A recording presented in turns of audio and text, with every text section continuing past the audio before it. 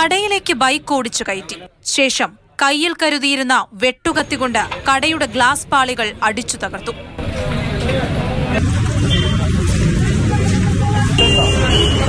കുറച്ചു ദിവസം മുൻപ് ഹോട്ടലിൽ നിന്ന് വാങ്ങിയ ഭക്ഷണം കഴിച്ച് മകനും ഭാര്യയ്ക്കും ഭക്ഷ്യവിഷബാധയേറ്റു എന്നാരോപിച്ചായിരുന്നു. ഒരാൾക്ക് മാത്രം അല്ലല്ല സംഭവിക്കേണ്ടത്. ഇത് ഒരു 300 പേർക്ക് 400 പേർക്ക് കൊടുത്തിട്ടുണ്ടെങ്കിൽ ഒരാൾക്ക് മാത്രമാണെങ്കിൽ അത് നമുക്കറിയില്ല. പുള്ളി ചോദിക്കണേ എന്റെ കുട്ടിക്ക് എന്താ സംഭവിച്ചത് നമുക്കറിയില്ല.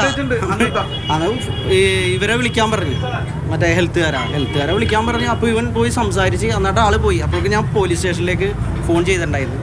പോലീസ് വന്നപ്പോഴേക്കും ആള് പോയി. പോലീസിന്റെ അടുത്ത് കാര്യങ്ങളൊക്കെ പറഞ്ഞ് അത് കഴിഞ്ഞിട്ട് ബൈക്കായിട്ട് ഒരു 5 മിനിറ്റ് കഴിഞ്ഞ് ബൈക്കായിട്ട് വന്ന് ഇതിന്റെ അകത്തേക്ക് കയറി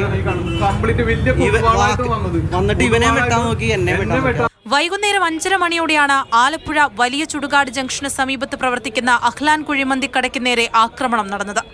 ചങ്ങനാശ്ശേരി ട്രാഫിക് സ്റ്റേഷനിലെ പോലീസുകാരനായ ജോസഫാണ് ഹോട്ടൽ അടിച്ചു തകർത്തത്.